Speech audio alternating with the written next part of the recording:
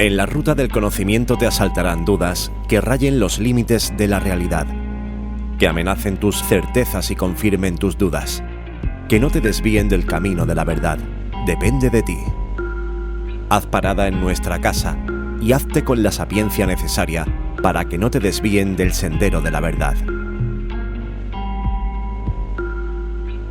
Descubre con nosotros los misterios, crímenes, fenómenos inexplicables y diferentes temas de calado social que necesitas saber, sin ningún tipo de censura y con la máxima libertad.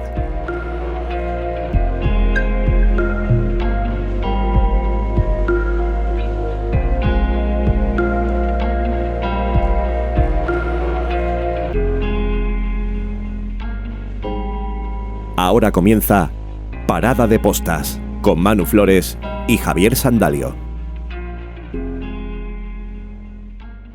Bienvenidas y bienvenidos a un nuevo programa de Parada de Postas. El último antes de parar durante este mes de agosto para volvernos a encontrar el jueves 7 de septiembre.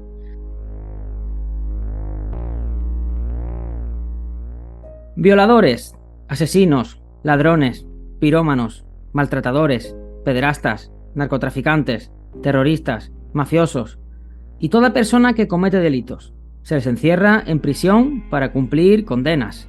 Pero, ¿cuántas veces nos hemos preguntado cómo es la vida en una cárcel española? ¿Cómo es el día a día tras sus paredes? Hay muchos programas, de hecho tuvimos uno en 4, muy popular, que visitaba las cárceles más peligrosas de Latinoamérica, y vídeos en la red que nos cuentan cómo son las cárceles, pero más centrada en la vida del preso y en el morbo de los sucesos que los habían llevado a estar allí. Pero en el podcast de hoy no vamos a tener ni el testimonio de un reo, ni tampoco de una persona que haya estado entre rejas años atrás. Porque lo que nos interesa saber a nosotros, desde este humilde espacio, es la labor realizada por las personas que velan, vigilan y custodian a los presos y presas de este país. A este colectivo, muy olvidado por las instituciones en muchos casos, que llevamos años viendo y escuchando cómo reivindican sus derechos y competencias, ya que realizan una función, desde mi punto de vista peligrosa, con pocos medios y con unos ratios de presos por funcionario que nos plantea siempre la misma reflexión: pocas cosas pasan.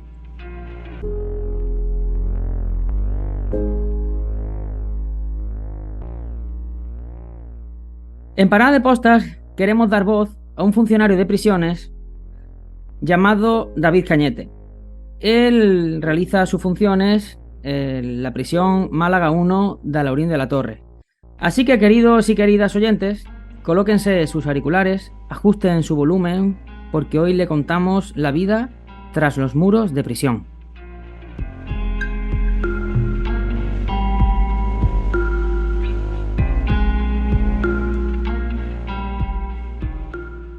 Muy buenas, Javi, ¿qué tal? ¿Cómo estamos?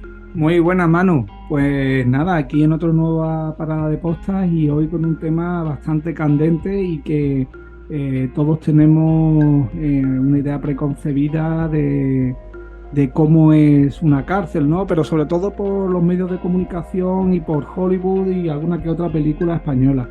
Entonces hoy tenemos un testimonio de primera mano que nos puede decir, nos puede guiar en cómo es el día a día en una prisión de aquí de España, una prisión que no es de las más modernas, pero que tiene reos de todo tipo.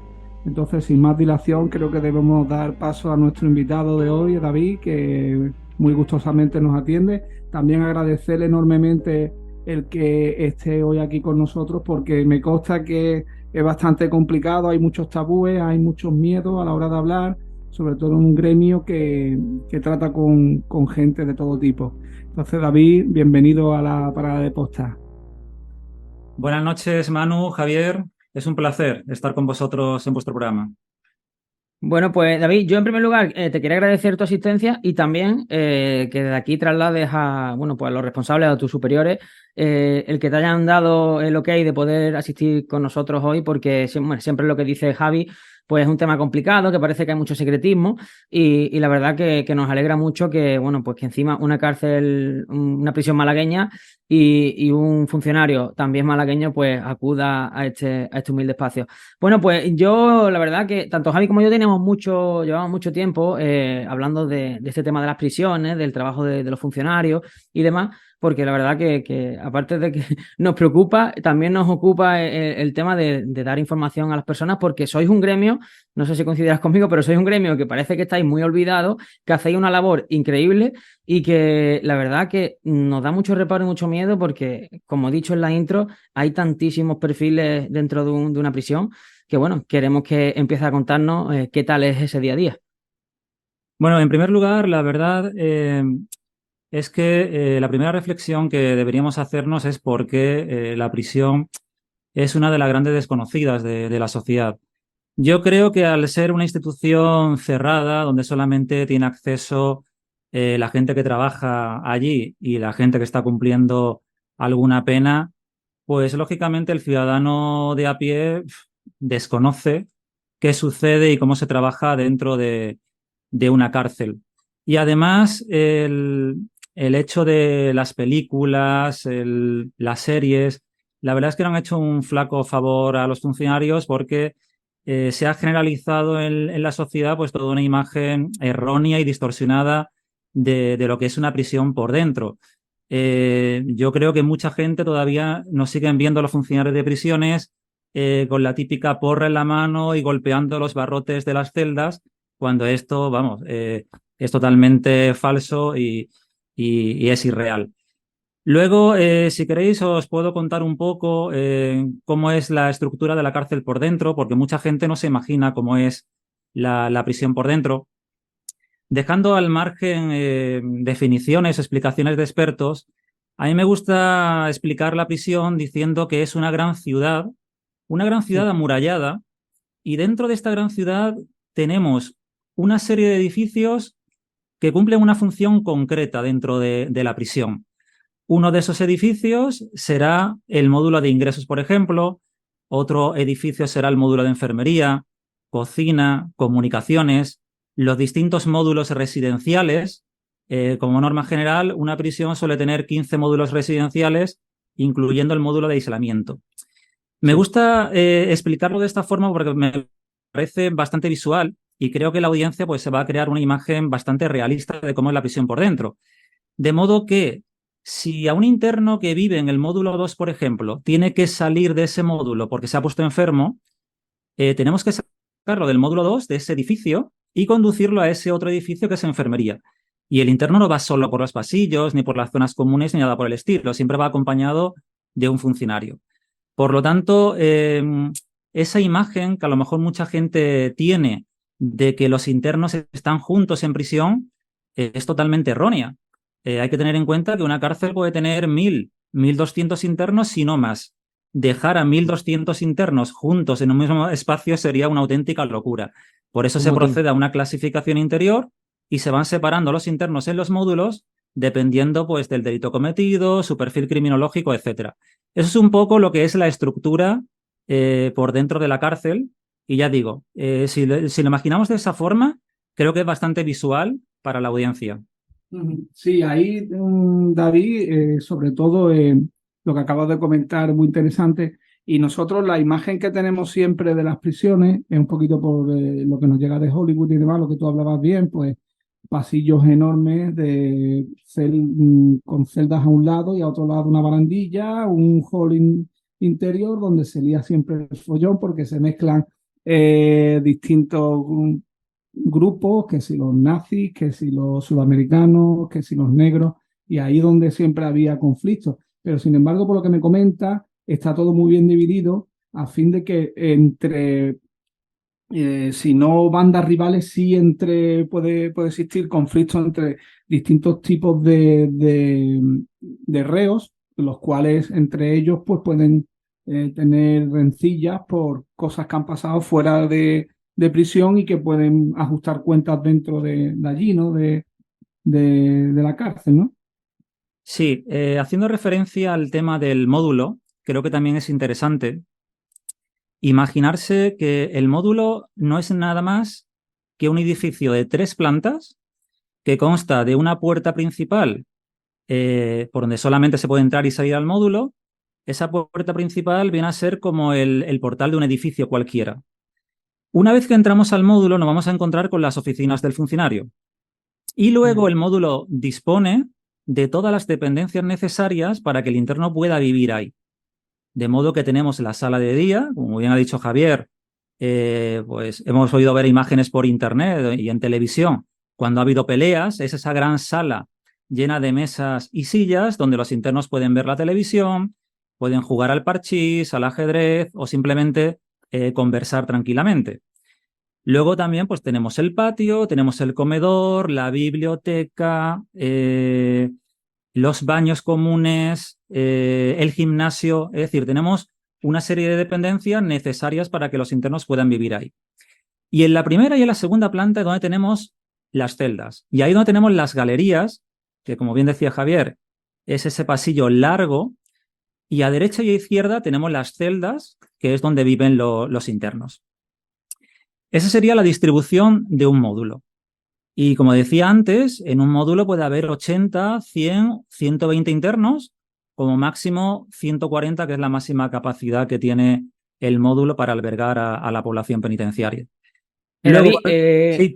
perdona, una preguntilla. La cárcel de la Orden de la Torre, yo siempre la he conocido como una prisión como de paso, ¿no? Que antes de dar no sé, de que a la persona le caigan los años que sean ya decretados por un juez, como que una cárcel de paso. ¿Es tan así o hay realmente presos de larga duración que vienen a lo mejor, no sé, me invento, de Zamora y vienen a pasar larga duración a la cárcel Málaga 1?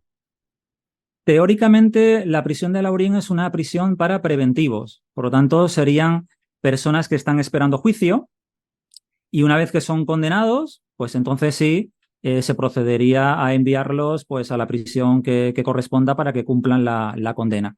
Entonces, en principio, es una cárcel de preventivos, pero también hay internos pues, que cumplen sus condenas en Alaurín. Es decir, que hay un poquito una amalgama de Vale. internos. Y depende un poco del perfil del interno. Si es un preso, un interno malagueño, pues se le deja a lo mejor en Alaurín para que cumpla la condena, no tiene por qué ser preventivo. Y hay un poco una mezcla de todo, la verdad. Claro, es que me resulta, te hacía esa pregunta porque para un poco analizar los perfiles de los presos, claro, saber psicológicamente cómo actúan, sabiendo que van a estar X tiempo, un periodo corto de tiempo antes de que lo trasladen a la prisión que finalmente sea.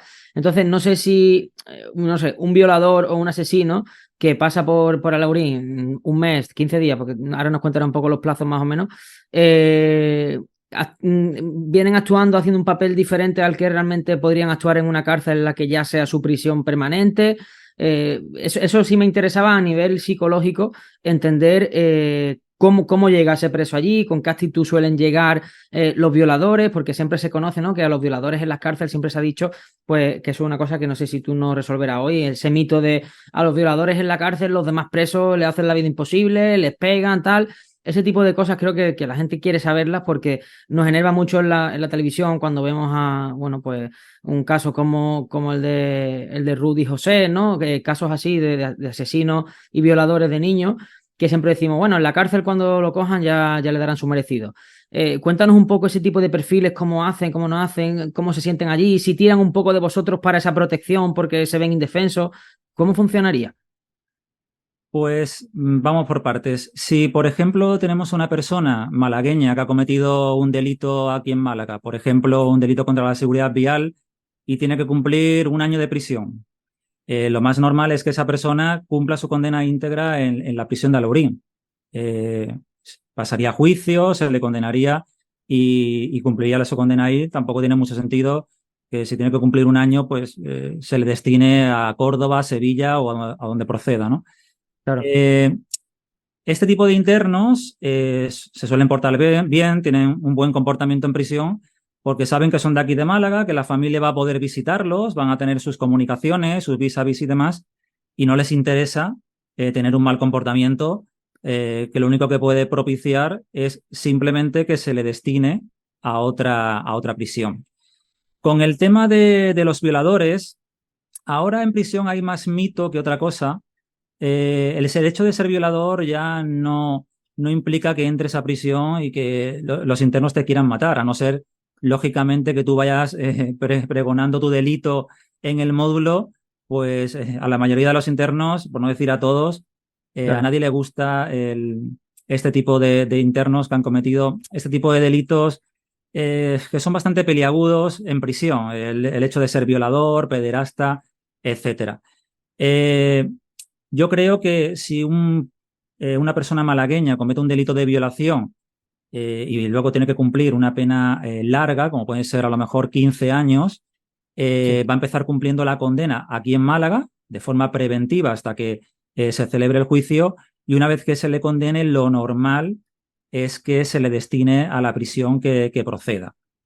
Vale. Y como digo, el tema de los violadores actualmente es más mito que otra cosa, ¿eh? No tienen problema para convivir con los otros internos en otras cosas por la separación interior a la que he mencionado anteriormente.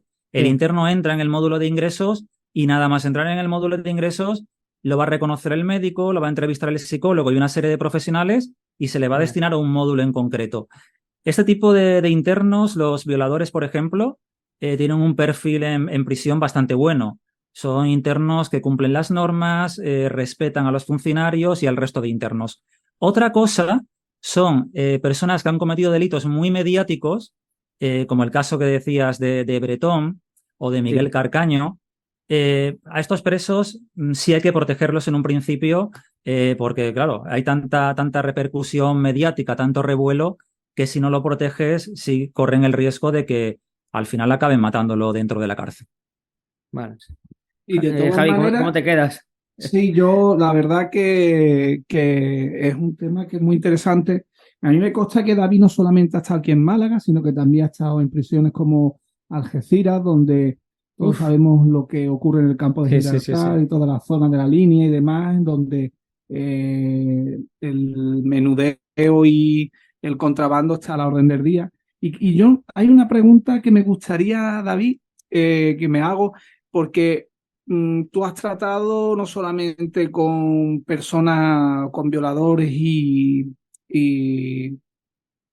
lo que comentabas antes, delitos menores como a lo mejor un delito de tráfico, has tratado también con integrantes de bandas terroristas y me gustaría saber el trato que tienen esta gente hacia el funcionario y hacia el resto de presos, porque creo que es muy distinto el trato de una persona que está ahí por un delito menor al trato que tiene hacia vosotros un yihadista o un miembro de la banda terrorista ETA, o cómo es el día a día con ese tipo de presos.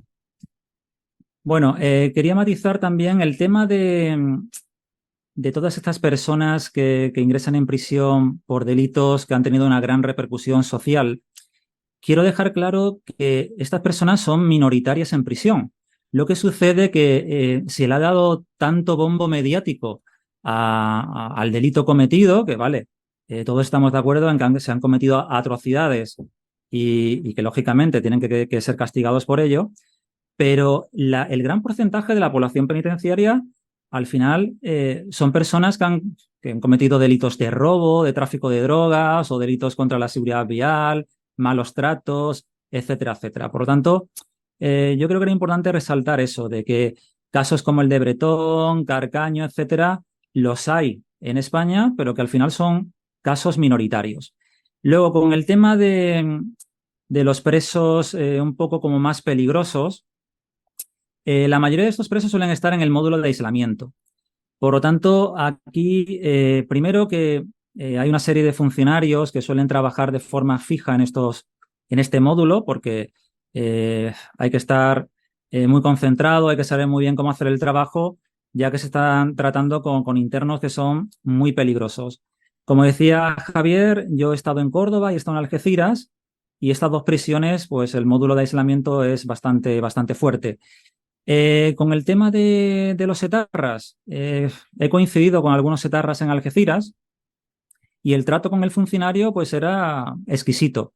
Lo que pasa que los etarras tratan de no relacionarse ni con el resto de internos ni con los funcionarios. Por lo tanto, la verdad es que tienen un perfil de internos muy buenos que respetan las normas, respetan a los funcionarios y, por lo tanto, con ellos, independientemente del delito que hayan cometido, se tiene muy poca queja dentro de prisión. Los yihadistas están en el módulo de aislamiento. El trato que he tenido con yihadistas, la verdad es que ha sido muy cordial y muy respetuoso. Y luego el resto de internos del módulo de aislamiento, pues aquí hay un poco de todo, porque hay internos muy conflictivos que lo único que buscan es hacer la vida imposible al funcionario, parecen como casos perdidos, personas que ya como que se han dejado ya caer a un pozo sin fondo y se han acostumbrado a vivir en aislamiento, que para que la audiencia se haga una idea, tienen que cumplir unas normas muy estrictas de convivencia, solamente pueden salir al patio 3, 4 internos durante un número de horas al día y por lo tanto la vida en prisión se vuelve muy penosa estando en el módulo de aislamiento. David, yo te quería hacer una pregunta que es, bueno, son dos preguntas, te la hago y me contestas a ambas como tú puedas. Mira, una es, si cuando entra un preso, los funcionarios estáis obligados a leeros la causa del motivo y demás, de por qué están allí, bueno, entiendo que sí, bueno, para saber un poco con quién vais a andar. Y segundo, ¿podéis quitaros esa armadura emocional? eh, para tratar con alguien que ha cometido una atrocidad muy grande, como puede ser, ¿no? Asesinar a sus propios hijos o violar a sus propios hijos, o, bueno, cualquier tema que sea que te pueda tocar la fibra, eres capaz de quitarte esa coraza, ¿no? Y decir, bueno, lo voy a tratar como un preso más y no voy a cambiar mi actitud con él o con ella en función del delito que haya cometido. A mí, si mientras que me respete, yo lo voy a respetar y no voy a... ¿O realmente cuesta trabajo según el delito que haya cometido? Sí, con respecto a la primera pregunta, si estás trabajando en el módulo de ingresos, tienes que conocer el delito de la persona porque lo tienes que registrar en el SIP, que es el Sistema Informático Penitenciario. Por lo tanto, si te llega el mandamiento, si el interno ingresa con el mandamiento judicial, ya ahí te vas a enterar del delito. Independientemente también en el módulo yo tengo acceso en el ordenador pues al perfil de todos los internos, por lo tanto puedo conocer qué delito han cometido cada uno. Es más, muchas veces también es importante conocer el delito porque así ya conoces todavía más al interno y pues por dónde te puedes salir en el día a día. Eso también Exacto. es importante. Y con respecto a esos delitos especialmente atroces, ¿no? Que a todos nos tocan la fibra sensible, pues a nadie le gusta tratar en el día a día pues, a una persona que sabes que ha violado pues, a una niña de 10 años o que ha matado a sus hijos y los ha cortado en pedazos. Pero al final es nuestro trabajo y nosotros hemos normalizado también esa situación y aunque sepamos que un interno ha cometido un delito especialmente gravoso, nosotros los funcionarios de prisiones no lo vamos a tratar de forma discriminatoria, lo vamos a tratar como un interno más y simplemente pues tiramos de profesionalidad y sabemos que es que tenemos que hacer nuestro trabajo y que tenemos, es nuestra obligación y nuestro deber tratar a todos los internos con el mismo semblante, con el mismo rasero. ¿Es un Sí, sí, sí, código entiendo. deontológico que tenéis pautado desde que entráis en el cuerpo? Por ejemplo, los médicos, los abogados tienen un código deontológico que tienen que cumplir una vez que entran a ejercer como médicos o como abogados. ¿Vosotros también tenéis un código deontológico que tenéis que acatar una vez que entráis en el puesto? No, código deontológico no tenemos. Lo que sí tenemos son una serie de funciones y entre nuestras funciones pues tenemos la de velar por la seguridad y la integridad del interno, conocer personalmente a los internos, velar por la seguridad del establecimiento penitenciario, etcétera. Pero que el trato discriminatorio hacia un interno es que a largo plazo, aunque un funcionario quisiera hacerlo, a largo plazo al final te va a salir el tiro por la culata, porque ¿qué se gana con eso? Simplemente vas a conseguir la crispación del interno y en la mayoría de los casos, las personas que cometen los peores delitos son los que mejor se comportan en prisión. No sé, fuera, en la sociedad, son auténticos ogros, pero es que dentro de prisión son internos modelo. Entonces, no tiene ningún sentido tratarlos mal y de forma discriminatoria. Y hay, Manu, nosotros muchas veces hemos hablado de aquello de la actitud que tienen estas personas que están dentro de prisión, que fuera como son, si hay un patrón generalizado, Sí, bien psicológicamente, hemos hablado algunas veces de algún tipo, algún perfil de persona que puede ser que cuadre con las personas que hay dentro de prisión.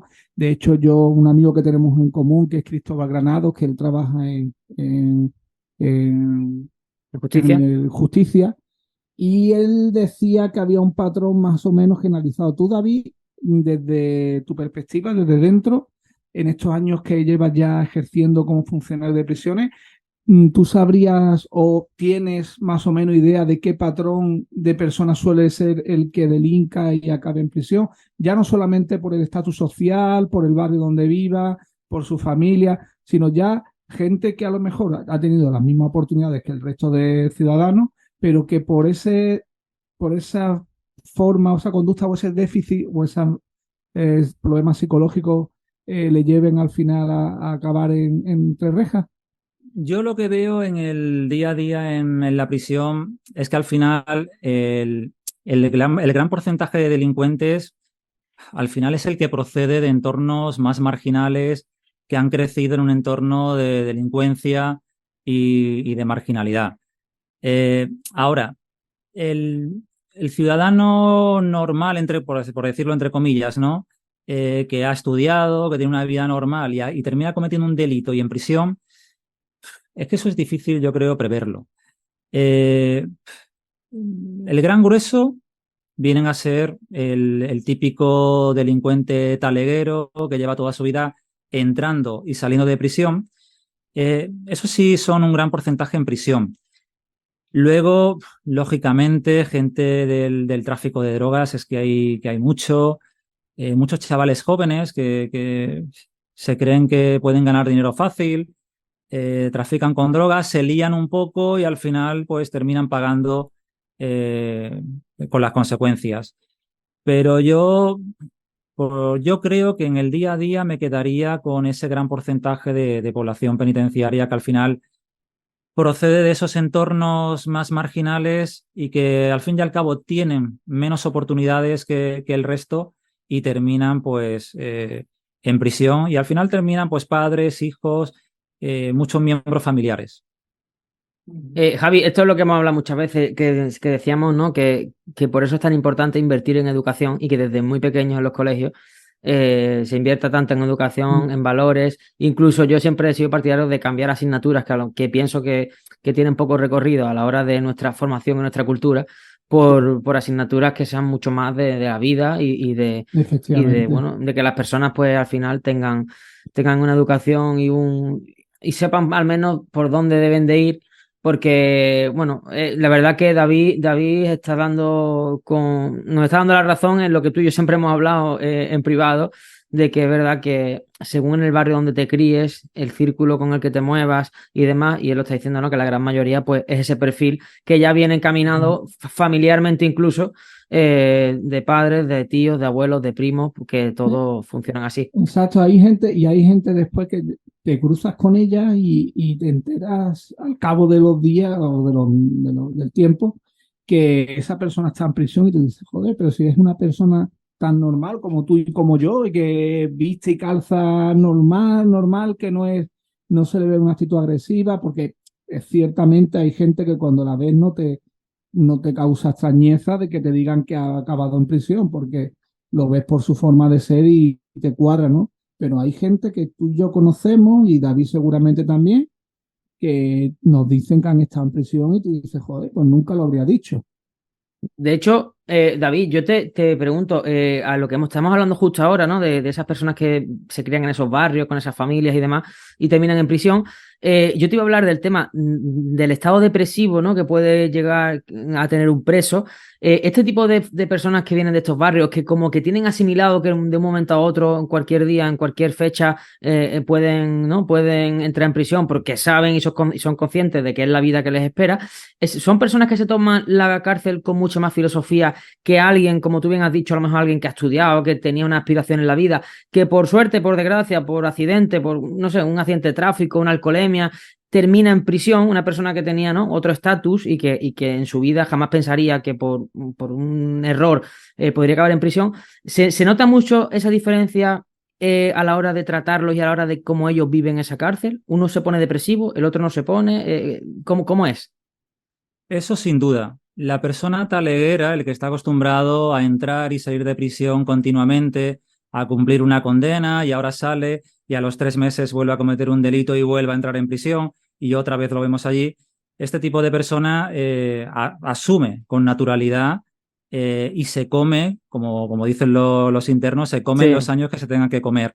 Ahora, una persona que, como tú bien dices, pues sale una noche de marcha, se sí. toma unas copas de más y mata a alguien con el coche y va a prisión, pues a esa persona sí le pasa verdaderamente factura.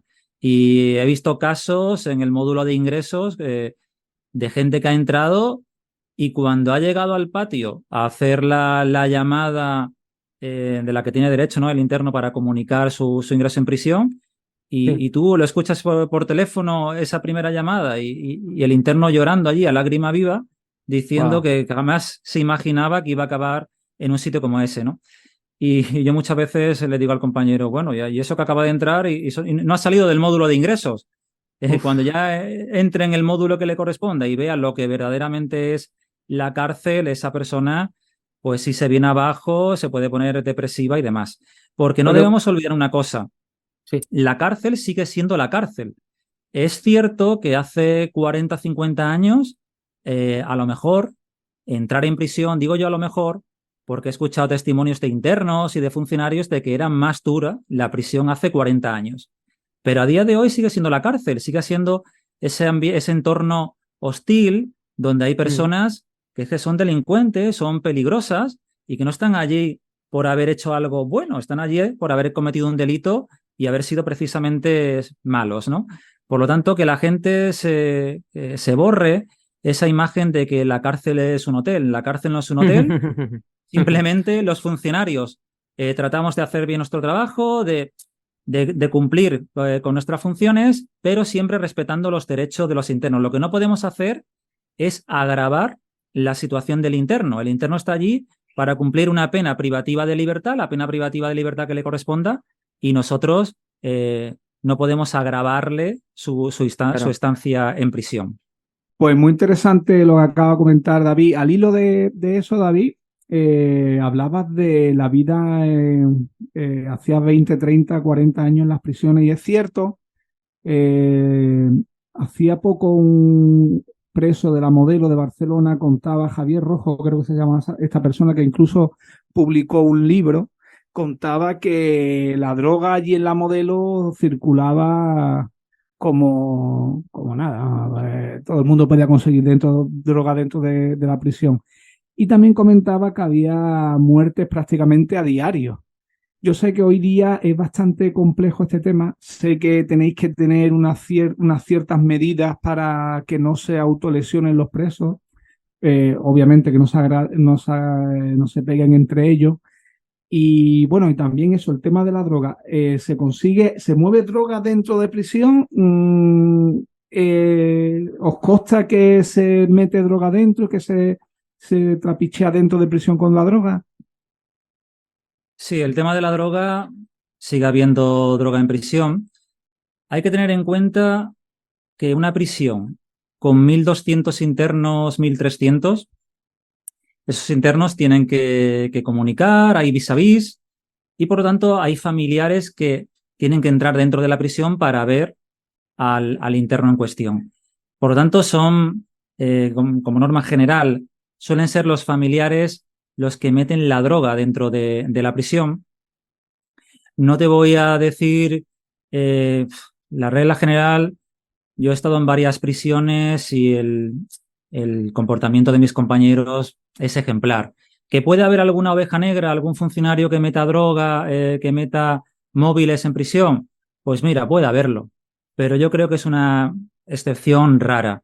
La droga entra por los familiares y precisamente hoy he leído una noticia de cada vez hay más drones que están volando en la prisión de Alaurín. Estos drones son capaces de introducir drogas y móviles dentro de la cárcel. La verdad es que es una auténtica pasada porque tenemos a una persona que con no entiendo mucho de estos temas, pero con un aparato de estos de radiofrecuencia, vuela el dron, a lo mejor está en un chalet en Alaurín, está volando el dron y el dron llega a la prisión de Alaurín y si tiene que ir al módulo 4 y dejar y acercarse hasta la celda 37, es capaz de descender el vuelo justo en la celda en cuestión y el interno solamente tiene que sacar las manos por la ventana, que bueno, la puede sacar perfectamente aunque tenga barrotes la ventana, coger la mercancía y quedársela. Y el funcionario que está haciendo el turno de noche escuchará un ruido, pero muchas veces dirá, ¿pero esto está sucediendo en mi módulo o en el módulo de al lado? Claro, la confusión inicial es enorme, pero esto también es que es peligrosísimo, porque aparte de introducir drogas móviles, pues te pueden introducir un arma blanca o un arma de fuego. Exactamente. Y llega algún funcionario por la mañana, a las 8 de la mañana, a hacer el recuento, abre una celda y te encuentras ahí el interno que te está apuntando con una pistola. Por lo tanto, esto es un tema que habría que vigilar muchísimo porque puede tener unas graves repercusiones. Pero, David, por ejemplo, aquí en la comisaría de Málaga, yo que voy por la zona de cerca de la comisaría todos los viernes, el coche no lo puedo cerrar porque hay inhibidores de frecuencia y no me deja. ¿La cárcel no dispone de inhibidores de frecuencia para X metros alrededor de los muros? Sí dispone de inhibidores, pero siempre tenemos la duda de cómo funcionan esos inhibidores. Por ejemplo, yo cuando he estado trabajando en la prisión de Botafuegos en Algeciras, es cierto que cuando llegabas a la prisión, el móvil es que se te quedaba sin cobertura. De todas formas, como no podemos introducir el móvil dentro de la cárcel, pues bueno, lo dejamos apagado en la taquilla antes de entrar en el recinto restringido y no hay problema. Pero es que esos inhibidores no pueden funcionar hasta el extremo de dejar la prisión un poco como en pañales, ¿no? De que no se pueda trabajar en oficinas y demás. Por tanto, tiene que tener también unos límites. Vale. Cuando decías antes el tema de introducir a través de los familiares y que, bueno, que ¿no? Como en todos los sitios siempre hay alguna oveja negra, que puede ser algún compañero o compañera.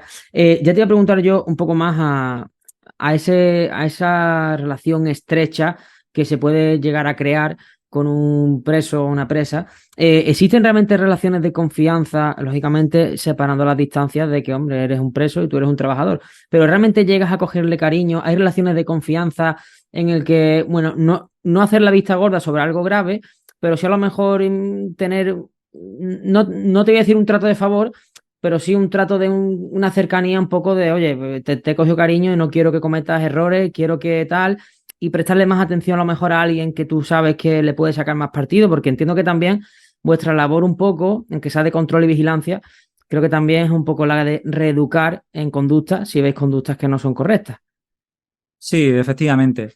Los presos de confianza son aquellos que en los módulos ocupan unos puestos, entre comillas, que permiten el buen funcionamiento del módulo. Pues tenemos, por ejemplo, el ordenanza, pues que es un interno que es de gran ayuda a los funcionarios porque conoce perfectamente el módulo. Si tienes alguna duda, si tú no trabajas habitualmente en ese módulo y hablas con el ordenanza, en 5 minutos ya te vas a enterar y vas a tener una información muy fidedigna de cómo funciona el módulo. Por lo tanto, sí hay una serie de internos que tienen más contacto con los funcionarios y nosotros no le damos un trato de favor. Lo que pasa que con esos internos tenemos más contacto. Entonces, claro, van pasando los días, van pasando los meses, van pasando los años, se acaba estableciendo una relación, si no de amistad, sí de confianza, y quizá de un poco. confianza, efectivamente, que no tienes con el resto de internos. Y bueno, yo he conocido a internos que cuando se han ido en libertad y llevamos ya bastante tiempo tratándonos, pues bueno, te dan un abrazo y no pasa nada. Son personas y al final es que estamos tratando con personas dentro de la prisión. Totalmente. Fíjate, Vale. lo de los drones a mí me ha dejado muy tocado, mano. Sí, a mí también. La A mí verdad también, a que mí no. también. Y más, fíjate, Servicio a domicilio, vamos. sí, pero Joder. fíjate que encima Laurín es una zona de espera para el aeropuerto que está muy cercano y hay un dron. Los drones teóricamente no podrían pasar, pero claro, esta gente, si están haciendo ese acto delictivo, les da igual un poco todo, ¿no?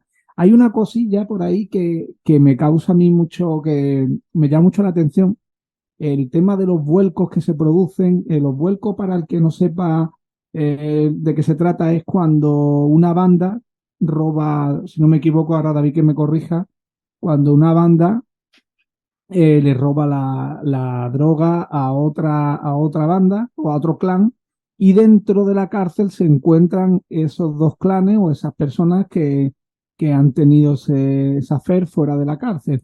Ahí vosotros realmente, ¿cómo ejercéis o qué hacéis para que eso no vaya más? Porque claro, y yo imagino que si estas personas se encuentran dentro de prisión, ahí se puede liar el 2 de mayo, como se dice, ¿no?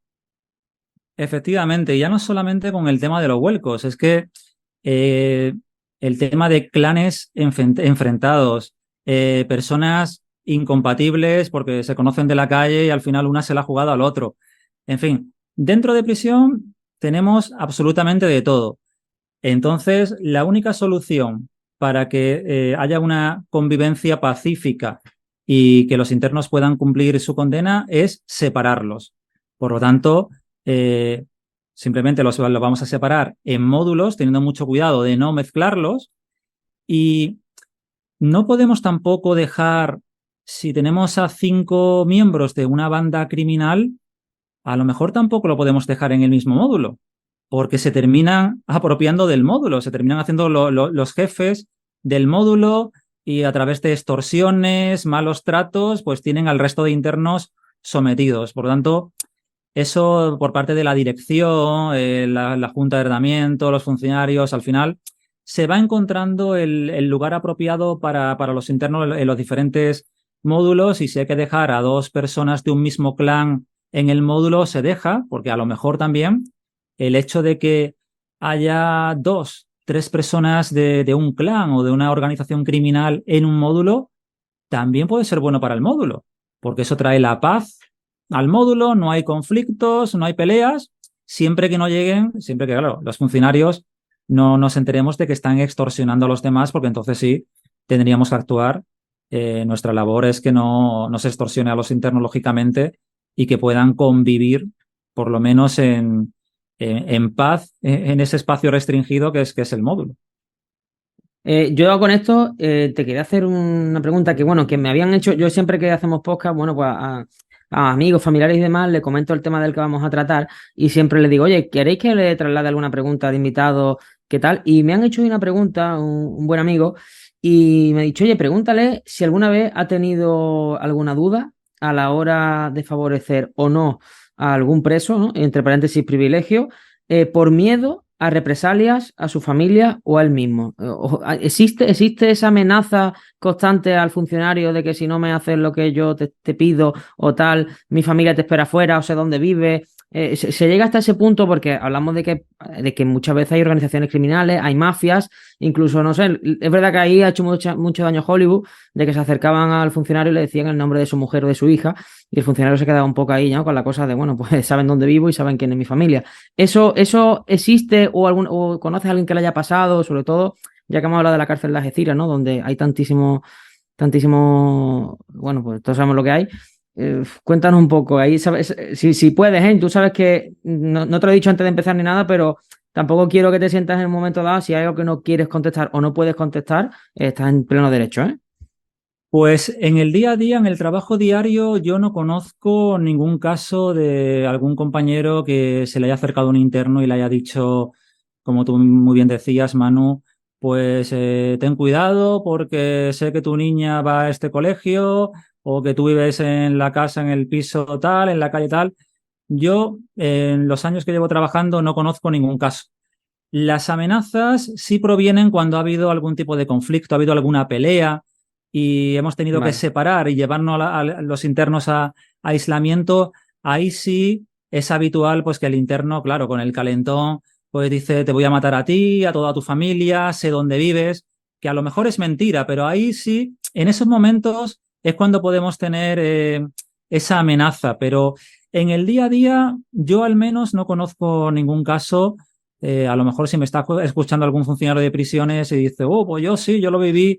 Yo personalmente no lo he vivido, la verdad. Y por ejemplo, en la prisión de Algeciras, hay que tener en cuenta que la ciudad de Algeciras es pequeñita. Sí, Entonces, sí, totalmente. yo estuve allí de paso, pero los funcionarios que viven allí en Algeciras es que van paseando por la calle y se van encontrando personas que han estado Ajá, en claro, prisión claro, y no claro, pasa claro. absolutamente nada. Y no reciben ningún tipo de amenazas y no hay ningún problema. Yo creo que al final se ha generado una relación de mutua confianza, tal vez, o entre el interno y el funcionario, y cada uno hemos asumido el rol que nos corresponde y sin ningún tipo de maldad. Los internos saben que nosotros tenemos que hacer nuestro trabajo y yo sé que los internos pues van a intentar engañarme, van a intentar hacer sus chanchullos, pero al final hay como una convivencia entre los dos bandos que permite por lo menos que entremos a trabajar a la prisión. Y si nosotros no trabajásemos, los funcionarios en las prisiones, aquello sería un caos. Yo creo que también eso el interno lo sabe y lo agradece, que somos el elemento, no somos policías dentro de la prisión, pero ellos también agradecen que somos el elemento que al menos pone un poquito de autoridad y de orden y de convivencia en el interior de una prisión. Hasta el punto, Javi, perdona, hasta el punto, eh, llegáis hasta ese punto de que, mm, en tu caso, por ejemplo, ¿has tenido alguna vez ese miedo de que tu vida corría peligro? Porque, bueno, ahora entraremos un poco más en el tema más peliagudo, ¿no? De qué formación tiene un funcionario de prisiones a nivel preparación de defensa personal, a nivel de el armamento que tienes encima que puedes usar, sobre todo a nivel ratio, ¿no? Lo que hablamos, el ratio preso funcionario. ¿Ha llegado algún momento en el que tú has dicho, mis días, pierdo la vida aquí hoy? Pues situaciones de peligro. Por ejemplo, voy a destacar cuando vas a trabajar un módulo malo, donde Sí. es un módulo conflictivo, donde tenemos a lo mejor penados reincidentes, por lo tanto sabes que te vas a encontrar con 80, 100 o el número de internos que tenga ese módulo y todos son internos malos, no hay que andarse con rodeos, tienen un perfil. Porque, perdona, David, para poner en contexto a los oyentes, porque cuando dices, cuando voy a trabajar un módulo malo, ¿cada cuánto cambiáis de módulo o hay estipulado un plazo para eso, para las relaciones de confianza que no se creen? Antes de contestarme al anterior, para que los oyentes se pongan un poco en contexto, ¿cada cuánto cambiáis de módulo? Pues esto también depende un poco de la prisión y de las normas de las distintas guardias. Pero bueno, se puede rotar en los puestos cada año. Lo normal es que cada año Ah, se vaya cada año. rotando, pero ya digo, Ah, depende un poco de cada prisión. Yo, por ejemplo, vale, vale, vale. actualmente no trabajo en ningún módulo fijo, sino que voy rotando. Por lo tanto, tengo una visión, yo creo que bastante amplia de toda la prisión, porque a lo mejor hoy trabajo en el módulo 2, mañana estoy en el módulo de ingresos y la semana que viene pues estoy en enfermería. Por lo tanto, Vale, eso vale, me vale, vale, permite vale. una visión bastante amplia de toda la prisión. Y como te decía, Vale. situaciones en las que yo he sentido miedo o peligrosidad, pues sin ir más lejos, como te digo, en un módulo malo, porque sé que hay ciertos módulos donde tenemos penados reincidentes, es decir, gente que entra y sale de prisión continuamente y tienen un historial de delitos enorme y a lo mejor tener que imponer yo mi autoridad y el interno encararse conmigo. Vale. En ese momento, claro, sientes mucha tensión y sientes miedo también, porque dices, madre mía, el interno no acepta una orden que yo le estoy dando, una orden legítima que tiene que cumplir, eh, y ya si tú no te impones, al final pierdes la autoridad del módulo y eso se corre como la pólvora. Y dices, no, es que Claro. don David es un blando, don David, pues el interno este le ha sacado los colores. Por lo tanto, y cuando te ves rodeado de gente realmente peligrosa, dices tú, uff, madre mía, ¿dónde me he metido? Claro, claro, claro. Esa puede ser una situación de peligrosidad. Pero la mayor situación en la que yo he notado peligro y he sentido miedo ha sido en los intentos de plante colectivo, que no hace mucho hubo aquí uno en la prisión de Alaurín, que salió en la prensa, y también he vivido otro en la prisión de Botafuegos en Algeciras. Para el que no lo sepa, un plante colectivo es esta situación en la que los internos de un módulo pues se sublevan, no quieren, Un motín, ¿no? es como una especie de motín, no quieren cumplir Sí. las normas de la prisión, no quieren cumplir las órdenes de los funcionarios y quieren imponer su propia ley, lo que conllevaría pues, una consecuencia, pues se podéis imaginar, nefastas, ¿no? Entonces tú te ves allí en el módulo y ves a los internos en un lado del patio, los 80, 100 internos que puede haber en un módulo en un lado del patio y el resto de funcionarios en el otro. Parece que va a haber como una batalla campal allí entre funcionarios internos, se respira la tensión en el ambiente, notas el peligro, empiezas a sudar y sabes que es una situación muy peligrosa porque puede ser totalmente imprevisible. Menos mal que estos dos intentos de plante o plantes que yo he vivido, gracias a los jefes de servicio, a los funcionarios más veteranos, pues se pudo negociar con los cabecillas y solucionar la situación. Siempre se pide algo a cambio, entiendo, por parte de ellos y ahí hay que ceder un poco, ¿no? Estas situaciones de plantes suelen surgir porque los internos reivindican algo que creen que les Claro. pertenece y creen que los funcionarios pues, no se lo hemos dado pues, de forma discriminatoria y nada más lejos de la realidad. A lo mejor un interno que se considera con el derecho a salir al hospital porque tiene algún tipo de dolencia y resulta que el médico de la prisión no lo considera oportuno y por lo tanto no hace el informe para que pueda salir al hospital, pues el interno empieza a tergiversar esa situación, empieza a decir que somos los funcionarios los que no queremos sacarlos al médico, en fin, y aquello acaba desembocando en una situación pues totalmente lamentable y peligrosa como es este plante colectivo. Javi. Tú fíjate, cuando tú vas por una calle y te encuentras a dos o tres que tienen mal aspecto, mala pinta y te da cosillas, imagínate cuando son 40 o 50 que sabes que no están allí por gusto, que ya han hecho algo antes y allí no, ni aunque seas Jackie Chan, allí te hinchan a paro como se rebelen. Yo tengo una curiosidad, David. Creo que estuviste en Sevilla, que era una cárcel de mujeres. Y tengo interés en saber las presas, el trato de ellas hacia vosotros y entre ellas, ¿es similar al de los hombres entre ellos y hacia vosotros o cambian, tienen otra forma de actuar? Las internas, bajo mi punto de vista, tienen un trato diferente con el funcionario, porque intentan un poco, yo creo que camelárselo y llevarlo a su terreno. Hay que tener mucho cuidado cuando se trabaja en módulos de mujeres y cortar cualquier intento de que la interna pues intente acercarse a ti pues Sí, con una sí, actitud bien libidinosa o cariñoso. bien de intentar llevarte a su terreno para que tú seas más benévolo con ella y demás. Por tanto, ese trato con las mujeres, al menos yo cuando estuve allí en Alcalá de Guadaira, es que es continuo, ¿no? Por tanto, los funcionarios tenemos mucho que imponernos porque ves que el trato de la interna con la funcionaria no es el mismo. Se tratan diferente y parece que intentan tratar a los funcionarios como con más dulzura. Y la verdad es que eso a ninguno de mis compañeros ni a mí nos gusta. Igual que las mujeres funcionarias trabajan en módulo de hombres y yo no veo que los hombres intenten camelarse a la funcionaria, entre otras cosas porque, vamos, mis compañeras se lanzarían al cuello del interno y cortarían de raíz esa situación.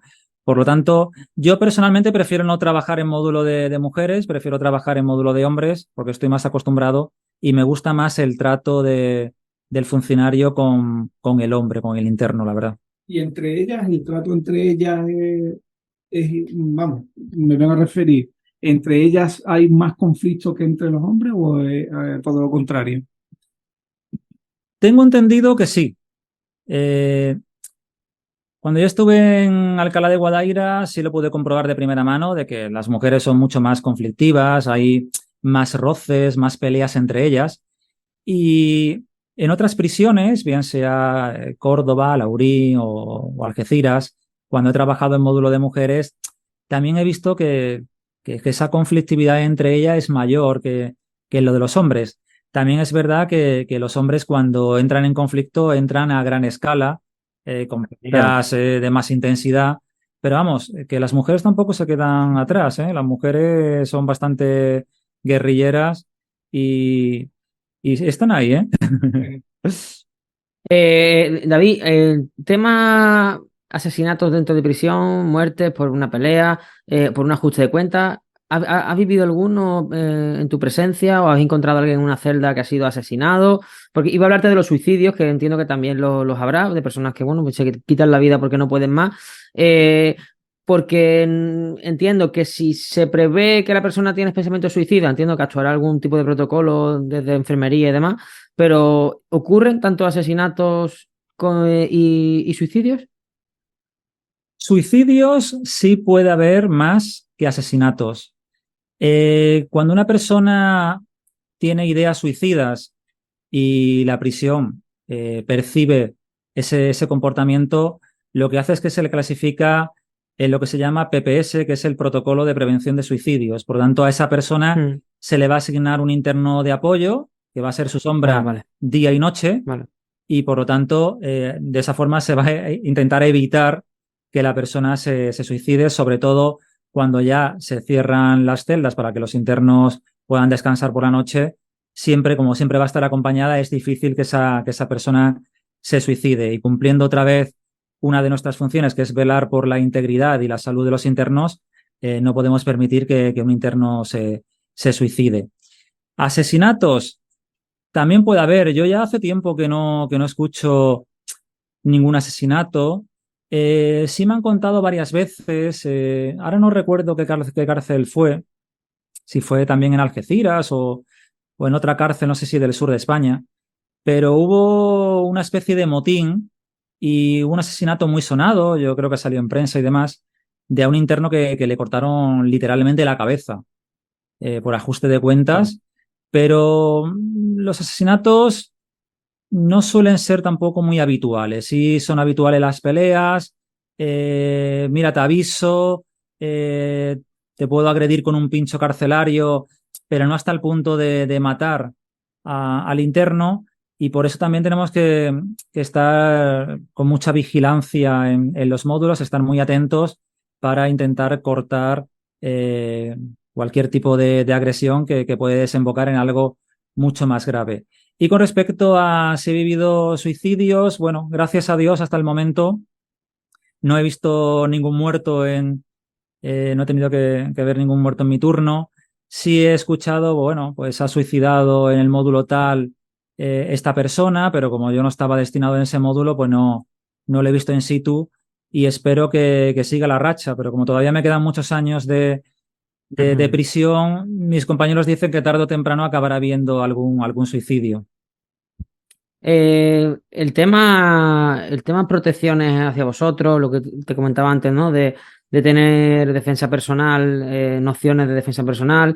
Es decir, los funcionarios os sentís desprotegidos, sobre todo porque muchas veces encontráis uno contra 40, que podéis pensar, hostia, si estos 40 se me vienen hacia mí, lógicamente ni artes marciales, ni pistola, ni nada, ¿no? Sería muy complicado. Pero ¿os sentís desprotegidos por la autoridad que por vuestro cargo podéis tener? Con el tema de la formación, cuando tú apruebas la oposición, sí te dan un curso de formación de defensa personal. Creo recordar que duraba una semana.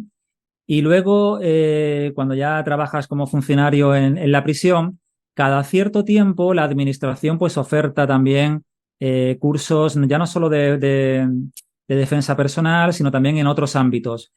Pero vuelven a ser cursos de una semana. Esta defensa personal está orientada a reducir al interno.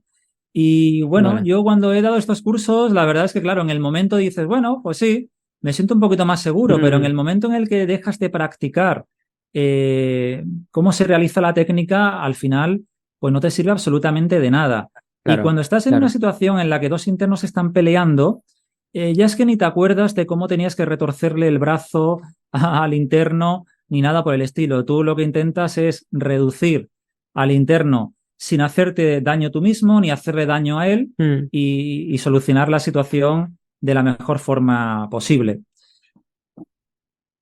vale.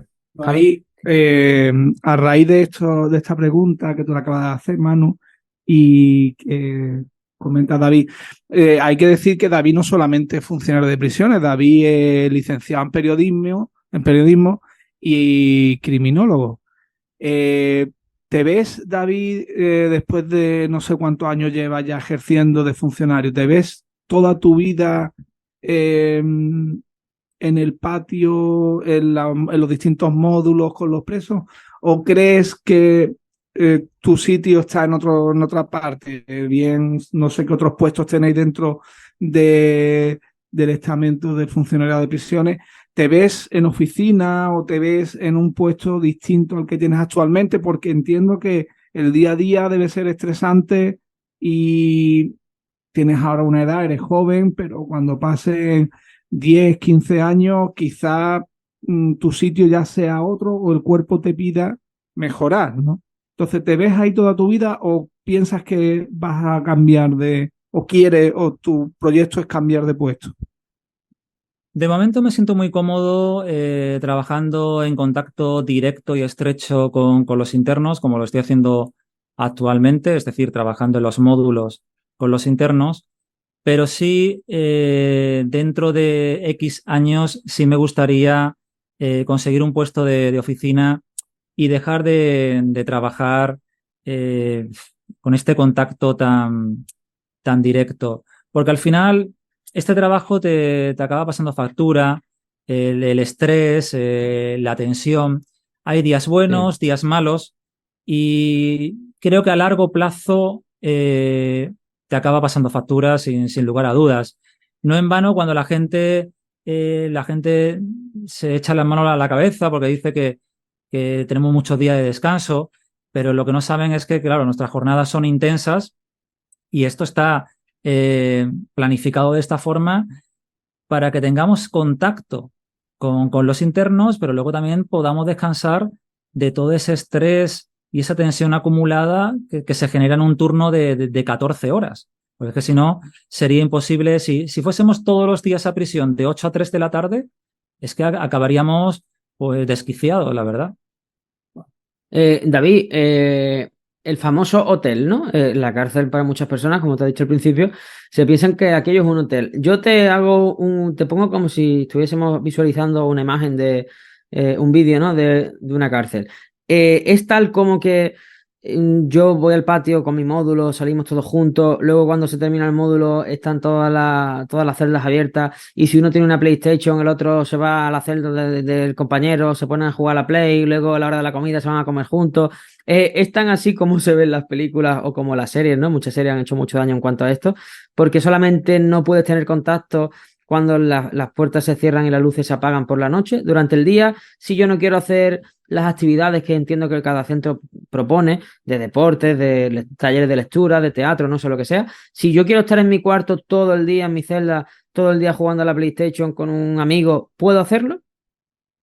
No, vamos a ver, vamos por partes. Primero, como tú bien dices, hay que olvidarse de que la prisión es un hotel, al menos, mi opinión personal, yo no considero que la cárcel sea un hotel de ninguna de las maneras, porque como dije anteriormente, hay que tener en cuenta que si una persona ingresa en prisión, va a tener que compartir espacio con gente de distinta etnia, condición, edad, en fin, hay una amalgama de personas dentro de prisión y muchas con un perfil muy peligroso. Luego, en prisión hay una serie de normas que hay que cumplir y un horario que también hay que cumplir. Por lo tanto, las celdas se abren por la mañana a las 8 de la mañana, se produce el primer recuento del día. A las 8 de la mañana, después de ese recuento, hay una apertura general de celdas y los internos ya pueden bajar de esa primera y segunda planta, pueden bajar al comedor a desayunar. Y las celdas, nosotros los funcionarios, las revisamos para que nadie se nos quede dentro y se cierran. Ya nadie puede volver a la celda. Por lo tanto, desde las 9 de la mañana que comienzan las actividades hasta la 1 de la tarde que se reparte el almuerzo, ahí los internos se iniciaría lo que es la hora de las actividades. El que tenga que ir a la escuela, irá a la escuela. El que no quiera hacer nada porque el tratamiento no es obligatorio, pues se puede quedar en el patio tirado haciendo lo que le dé la gana, o fumando, o jugando al parchís, o lo que quiera. Luego, con el tema del interno que se mete con otro interno a jugar a la Play, tal y cual, yo no he visto ninguna PlayStation en todos estos años que llevo trabajando. Es más, los internos pueden tener televisión dentro de la celda, pero esa televisión la tienen que comprar allí en prisión. No la pueden traer desde fuera, sino que tienen que comprarla dentro de prisión por motivos de seguridad. Y claro, 2 internos son lo máximo que pueden compartir celda. Si un interno que no vive en una celda en concreto, yo lo veo dentro de esa celda, le llamaría la atención. Porque lo que tiene que hacer es pedirme permiso a mí y decirme, pues mire, don David, voy a ir a la celda tal porque quiero pedirle tabaco al compañero. Y yo le diré, pues sí, venga, puede usted ir a pedirle el tabaco. Pero vamos, que no hay PlayStation, ni es una vida tan divertida para los internos, porque al final tienen que compartir ese espacio común con el resto de personas, compartir celda, no estás solo en la celda, tienes que dormir con otro compañero en una litera, tienes que compartir el baño, por lo tanto que no es un hotel y esa imagen yo creo que la gente no tiene que tener duda de que la cárcel es la cárcel y sigue siendo un ambiente hostil. Vale, perfecto. Claro, y más para gente como los que él decía, los talegueros famosos, estos que están acostumbrados, vale, puede ser algo más llevadero, pero una persona que entra sin que su vida anterior fuese tan ajetreada como la de un taleguero, como decía, pues tiene que ser mucho más traumático. Yo te quería preguntar, David, porque hace referencia a que tenéis bastante estrés y que no podríais llevar una jornada de como una oficina, ¿no? De 8 a 3.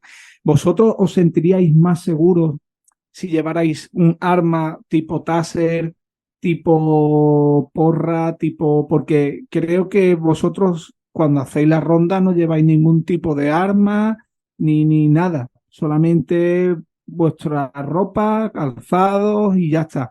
¿Os sentiríais más seguros al llevar esta protección o piensas que sería todo lo contrario? ¿Sería una provocación o un elemento que estaría ahí, que si cae en manos del reo, pues os puede conllevar un problema más grande que si no estuviese? Yo, en mi opinión, no me sentiría más seguro si llevase un arma de fuego encima y tuviese que entrar al módulo y sentirme luego rodeado por los internos. Para mí sería una situación complicada porque a cualquier funcionario te pueden quitar el arma, reducirte y entonces ya sí que tenemos un problema grande. Nosotros cuando entramos al módulo entramos sin ningún tipo ni de armas, ni de protección, ni de nada. Entramos simplemente pues con un walkie-talkie, que eso sí es un elemento esencial, pues si tengo que pedir ayuda o simplemente hay una pelea y tengo que comunicarme con mi compañero porque no lo ha visto por las cámaras, puedo decir, compañero, pues hay una pelea en el patio o simplemente tengo que dar el aviso de que vengan más funcionarios pues porque la pelea se ha desmadrado y me veo allí a 10 internos pegándose. Por tanto, ahí sí tendría que dar un aviso general a la prisión. Los medios coercitivos, nosotros sí tenemos medios coercitivos como las esposas, las defensas de goma, es decir, la porra, pero esos medios coercitivos están metidos en un armario dentro de la oficina del funcionario. Por tanto, para poder utilizarlos necesitamos la autorización del jefe de servicio. Yo no puedo coger una porra y pasearme por dentro del módulo como si llevase un bolígrafo o queriendo hacerme el sheriff allí o el chulo. Eso es impensable. En todo caso, ya digo, necesitaría la autorización del jefe en el caso de que haya una pelea y tengamos que utilizar la porra para reducir a los internos y velar una vez más por su integridad y poder solucionar el problema. Por lo tanto, el tema de los medios materiales para garantizar nuestra seguridad, yo no sé exactamente cómo se podría solucionar para que nosotros entrásemos al módulo con más seguridad. La verdad es que a base de entrar en el módulo uno acaba normalizando el trabajo. Yo entro sin miedo, porque si entrase con miedo hubiese pedido el cambio a otro puesto, porque sería insoportable. Y como acabas normalizando la situación, pues sabes que tienes que entrar sin ningún tipo de protección y al final te acabas sintiendo también cómodo, pues simplemente sin llevar nada, absolutamente nada. ¿Qué es lo que cambiaría? Nos queda un minuto, ¿vale? Voy a intentar ser muy breve. ¿Qué es lo que cambiarías, David? ¿O qué añadirías a tu puesto de trabajo para que te resultase más cómodo, más seguro? Algo que estés reivindicando los funcionarios de prisión a lo mejor durante tiempo y que aún no tengáis y que os gustaría tener. Pues yo reivindicaría más personal, es decir, más compañeros, para que en ese ratio de que si tengo que trabajar en un módulo con 100 internos, lo normal es que haya 2 funcionarios de prisiones trabajando en el módulo y 100 internos, pues hay una desproporción considerable. Por lo tanto, si somos más funcionarios en el módulo, yo creo que seremos capaces de trabajar con más seguridad y también de poder repartirnos mejor las tareas. Luego que de una vez por todas se nos apruebe la condición de agente de la autoridad, que ya llevamos mucho tiempo luchando por ello y que todavía no se ha hecho una realidad. Necesitaríamos también un estatuto de prisiones que regule lo que es la realidad penitenciaria real y que no seamos unos olvidados ni para la administración ni para la sociedad, que se nos reconozca nuestra labor, que la gente deje de opinar que somos torturadores, que somos profesionales, que intentamos hacer el trabajo lo mejor posible y que de una vez por todas se reconozca que desarrollamos un servicio esencial para la sociedad.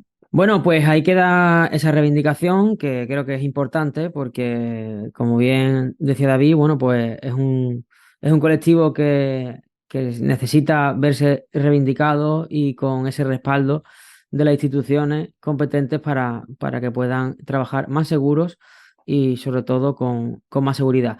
Pues Javi, llegado al final de la entrevista a David, que ya David te agradezco sobre todo tu sinceridad y bueno, que has llevado por bandera algo que nosotros siempre aquí ponderamos, que es la transparencia y el no y el ir sin tapujos.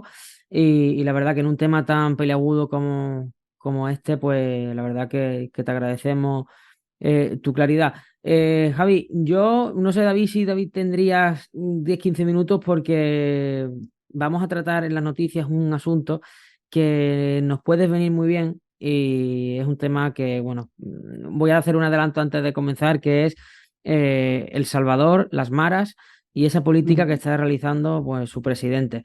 ¿Tendría, David, unos minutillos para quedarte? En primer lugar, gracias a vosotros, ha sido un placer. Y sí, me voy a quedar con vosotros y comentamos las noticias. Perfecto, Muchas pues gracias. bueno, pues Javi, pues damos paso a las noticias y continuamos. Muy bien. Parada de postas. Con Manu Flores y Javier Sandalio.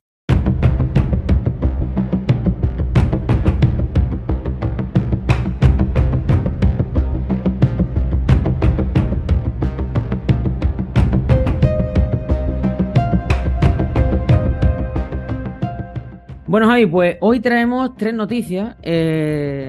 Como siempre decimos, es que es complicado hoy en día dar noticias buenas, pero esta noticia, a pesar de que puede que sea bueno, en un contexto negativo por el país en el que es y por lo que está sucediendo, realmente creo que es una noticia buenísima, a pesar de que estamos hablando de delincuentes a los que se está tratando y los verdaderos protagonistas de la historia, aunque es un político, pero hay muchísima delincuencia.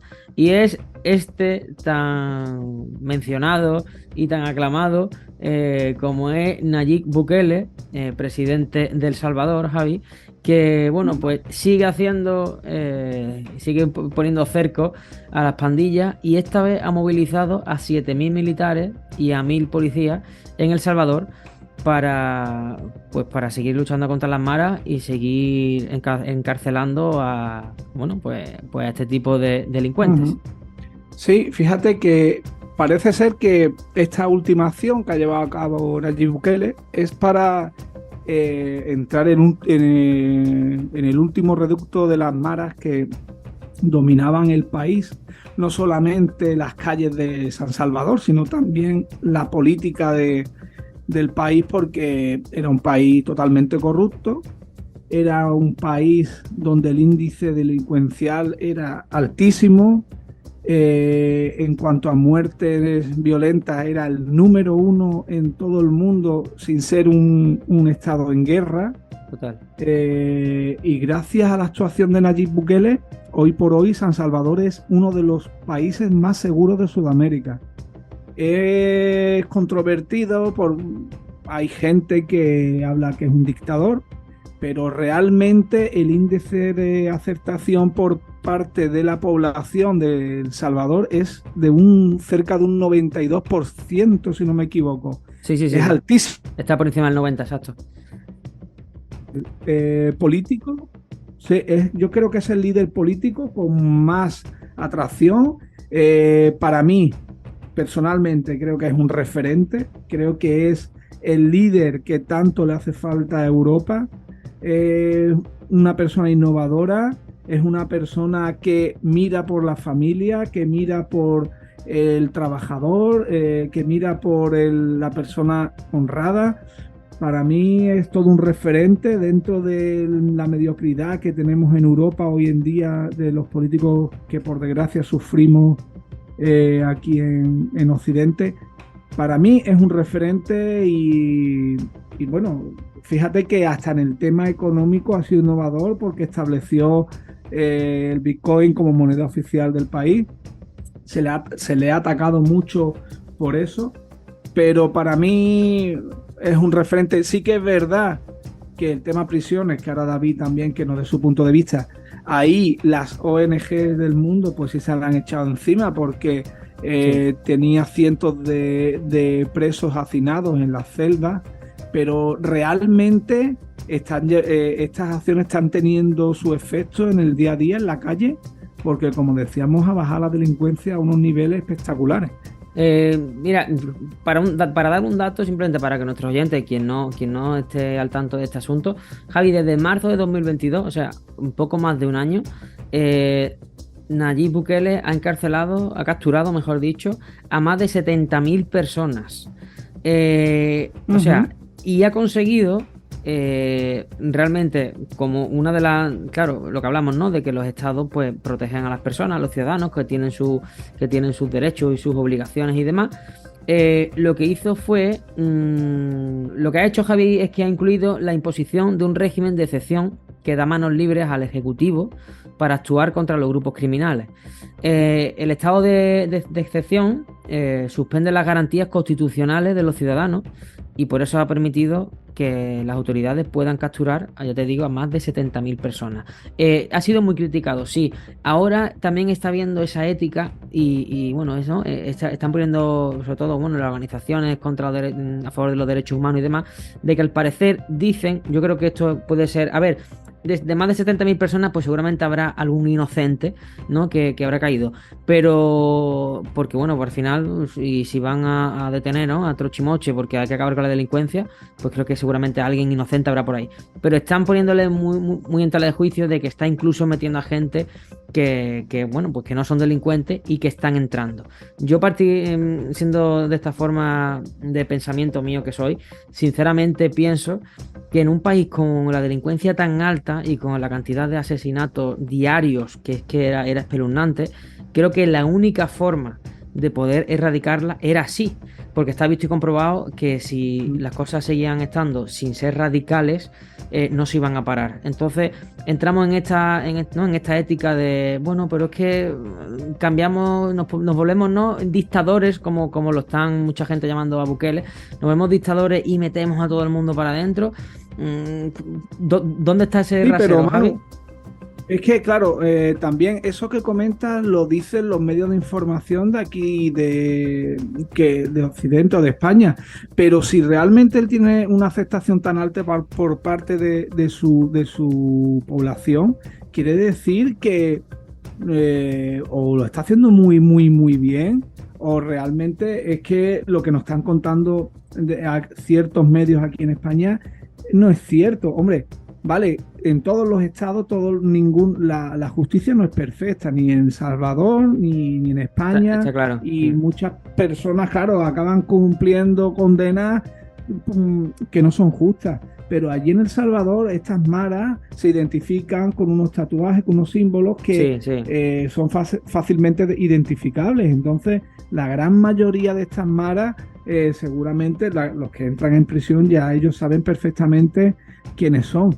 Sí, según lo que yo había leído, es que sobre todo se estaban quejando mucho porque imagínate que estaban incluso metiendo en prisión a la típica persona que no tiene el tatuaje de las maras, pero que a lo mejor se dedica a estar como de vigilante y dar el agua en caso de que venga alguien, ¿no? Claro. Entonces, que una persona, ¿perteneces a la organización criminal? Sí. ¿De manera prácticamente obligada? Sí. ¿Esa persona puede tener una vida fuera de las maras porque pues no está tan arraigada y lo tienen ahí como un machaca, ¿no?, como se suele decir? Pues a esa persona también la metió para adentro Bukele. Entonces, claro, ahí estaban diciendo de que no a todo el mundo había que meterlo porque había personas que estaban como de manera obligada, amenazadas y demás, y que esas personas ahora se ven en prisión, que incluso que es como un paso atrás para esa persona que a lo mejor metiendo a los malos dentro, esa persona que hacía un tipo de trabajo que no era tan dañino, podía salvarse en una nueva vida que Bukele puede provocar al pueblo. Entonces creo que yo por las cosas que he leído, que se están quejando de eso, ¿no?, de que ha metido a todo el mundo sin discriminar el que era más bueno o menos bueno. Yo pienso que, bueno, pues cuando se enjuicien a todos los que se tienen que enjuiciar, pues lógicamente entiendo que la justicia del país pues verá lo que tú dices, ¿no? Quién realmente son los cabecillas, no son los cabecillas, a quién se le puede dar la libertad y a quién no. Por eso era importante que David se quedara para que nos diera esa visión. Sí, yo ahora que él nos comente su punto de vista, pero también tenemos que tener en cuenta algo que siempre lo digo, no podemos ver El Salvador con los ojos de un español. Total. Que no estamos allí, que no hemos vivido lo que se ha vivido allí, porque yo he visto imágenes, vamos, en documentales que a la luz del día, en pleno mercado, han matado a 3-4 personas a sangre fría y no ha pasado absolutamente nada. Entonces, ahora que David nos dé su punto de vista, pero también pongamos siempre esa premisa por delante. Tenemos que ver El Salvador con ojos de un ciudadano del Salvador. No sé, David, ¿tú cómo lo ves?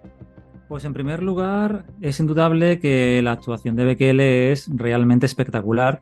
Lo que me sorprende verdaderamente es que entiendo que las maras tienen que tener alguna ramificación, algún contacto con el poder y que no hayan logrado hacer caer a Bukele, porque ese nivel de represalias contra las maras y que le estás agrediendo bien a Bukele me parece realmente sorprendente. La verdad es que no lo entiendo porque es como si comparamos México con el narcotráfico.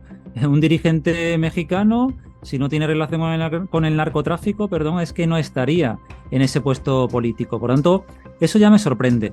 Luego, todas las imágenes que vemos de las cárceles allí en El Salvador, a mí me dan la sensación más de puesta en escena que a lo mejor de eficacia o no sé qué objetivos pueden tener, pero sí a lo mejor lanzar un mensaje claro a la población.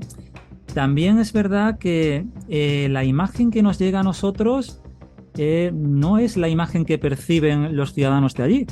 Por lo tanto, hay que coger esto también un poco con pinzas y con mucho cuidado y no dejarnos tampoco influenciar porque deberíamos conocer más la realidad interna del país y el poderío que tienen las maras, que vuelvo a insistir, no entiendo cómo se le está cortando este poder de raíz, vamos. Sí, yo esto que está diciendo David ahora mismo lo pensé desde primera hora cuando llegó Bukele al poder. Yo pensaba, digo, a este hombre lo matarán tarde más, tarde menos, o lo harán caer de algún modo las propias maras, lo quitarán de ahí por el poder que hay en la sombra, ¿no? Y otra cosa muy importante que ha dicho él y que coincido, en la puesta en escena para hacer un llamamiento a los malos, para decirle, oye, mira, esto es lo que os espera, porque no solamente lo ha hecho con la prisión, lo ha hecho con los policías, los ha dotado de medios, los ha alabado, les ha subido el sueldo, los ha tratado como se merecen, y estas personas, que seguramente antes habría muchos que estarían pues de parte de las maras, ha conseguido que sean realmente fieles al gobierno, porque fíjate, cualquier persona de estas cuando va a detener a un tipo de esto, como el tipo le reconozca y pase información a su grupo, van a por la familia y no solamente lo matan a él, sino que matan a toda la familia. Entonces este hombre ha conseguido no solamente poner en escena lo que tú dices muy bien, lo del tema de las prisiones, para decir, oye, que esto es lo que os espera, y además no vaya a comer pollo mientras que un niño salvadoreño no tenga para comer pollo. Fíjate, eso aquí en Occidente, el político que lo diga seguramente estaría políticamente, valga la redundancia, estaría finiquitado, sino que vaya a comer arroz una vez al día y como sigáis matando no vaya a tener ni eso. O sea, que es que el mensaje que manda, la puesta en escena que ha hecho es brutal, ¿eh? Mira, es más, es Javi, brutal, esto que comentas justo, lo dijo, es más, yo lo voy a leer textual porque además me lo apunté cuando estaba preparando la noticia, porque a mí Bukele es que me parece espectacular, y lo que decía David, que oye, ¿cómo tiene ese valor este hombre? El valor además parece que contra la situación, contra más complicada parece que se pone, más valor saca este hombre. Este hombre, cuando empezó a encarcelar a las maras, empezó a correrse el rumor de que las maras que estaban fuera, que aún no habían sido encarceladas, iban a comenzar a matar a personas aleatorias. Y él salió en un comunicado en público, ante un micrófono, y dijo textual: voy a aprovechar la oportunidad para enviarle un mensaje a los criminales. Ustedes desatan una ola de criminalidad y nosotros quitamos la comida en las cárceles. Así que mejor estésen tranquilos y déjense arrestar. Además dijo, por ahí andan rumores que se quieren empezar a vengar de la gente honrada al azar. Hagan eso y no habrá un tiempo de comida en las cárceles. A ver cuánto tiempo duran sus pandilleros allá adentro. O sea, fíjate qué agallas en un país que está tan roto. Y le dijo, les juro por Dios que no comen un arroz. No me importa lo que digan los organismos internacionales, Javi, a lo que vamos. Que vengan a proteger a nuestra gente, que vengan a llevarse a esos pandilleros si tanto los quieren. Los entregamos a todos. A mí me parecieron unas declaraciones espectaculares, como dicen, ¿no? Tú vas a venir desde fuera, desde una ONG, a defender a unos pandilleros que son ruina máxima para una población. Toma, te los regalo y te los llevas, los metes en tus cárceles o le das la libertad. Exacto. En mi país no lo quiero. Y yo creo que eso es hacer política y eso es realmente querer cambiar las cosas, ¿no? Como decía David en el tema México y el tema narcotraficante, ¿no? Que si eres un presidente que o estás a favor de esos votos que te dan los narcotraficantes o no eres presidente, y Bukele ha venido a cambiar las cosas, y yo te digo que no sé si algún día se lo quitarán de en medio a este hombre, porque la verdad que mucho está durando, pero si al final lo consigue, se va a convertir en un héroe y sobre todo va a escribir muchísimas páginas en la historia de lo que es la delincuencia en Latinoamérica. Sí, y raro será de que Estados Unidos también meta por ahí sus tentáculos, porque como bien es sabido, Estados Unidos, cuando algún dirigente de Sudamérica no le ha parecido correcto, lo han quitado en medio rápido, como aquel que dice. Y es lo que dice, vamos, las frases que él es un orador, es un tipo claro, que llega, que sabe llegar a todos los estratos de la sociedad, cosa que aquí en España sí que es cierto que hoy por hoy los políticos no es como antes, que hablaban y eran para... prácticamente tenías que ser filósofo para entender lo que te decían, pero ahora sí que es verdad que el idioma que utilizan sí llega más a la gente de a pie, pero este hombre para mí es un orador nato, para mí yo creo que es un líder, que es lo que necesitamos en Occidente y ojalá hubiese más Bukeles en todo el mundo. David, a mí me Yo gustaría quería añadir, Sí, por favor. Sí, sí, sí. sí, quería añadir que aquí en España, de momento, menos mal que no tenemos este problema como tiene El Salvador con las maras, pero sería a día de hoy impensable que un político dijese este tipo de mensaje porque se le echaría encima, vamos, no sé qué organización o institución no se le echaría encima a un político cuando, por mucha razón que tenga, aquí estaría, vamos, este mensaje sería impensable. Pero vamos, desde luego ha sabido Bukele tratar un problema muy, muy grave en su país y parece que está teniendo éxito. Sobre todo en la población, lo que hablamos. Si al final consigues la paz en la población, pues creo que al final es que si te pones a pensarlo, es que no hay otra forma. Yo la verdad que no se me ocurre otra forma de poder atajar un asunto como este que no sea así. Es verdad que luego, bueno, pues hay muchísimos dirigentes a nivel judicial pues que están diciendo que, oye, por ejemplo, el arzobispo de San Salvador, José Luis Escobar, pidió que tras anunciar el gobierno juicios masivos para procesar a los miles de detenidos, imagínate el proceso judicial tan grande, lo tiene que hacer a modo de ciento y pico personas, a toda una mara junta, porque individualmente es complicado. Lo que sí pidió es que por favor se tuviese en cuenta la presunción de inocencia y que lo que sí pedían sobre todo era que a los inocentes se les sacara de la cárcel. Claro, ahí donde va a estar la complicación, entiendo, de que si haces un juicio masivo de ciento y pico personas, acertarás con algunos, no acertarás. Lo que yo sí tengo claro, es que con este tipo de política, el que salga de prisión o el que finalmente no entre porque sea inocente, yo creo que se va a pensar muy mucho el continuar haciendo actos de este tipo, porque al final sabe que hay una complicación fuera. Fíjate en lo que comentabais. En Francia, por ejemplo, cuando pasó lo de el chaval este que mataron no hace mucho y que hubo los problemas de orden público que se dieron en muchas zonas de Francia, allí la policía del país galo, ellos tienen por parte del Ejecutivo poder o tienen autorización para utilizar la violencia cuando lo entiendan necesario.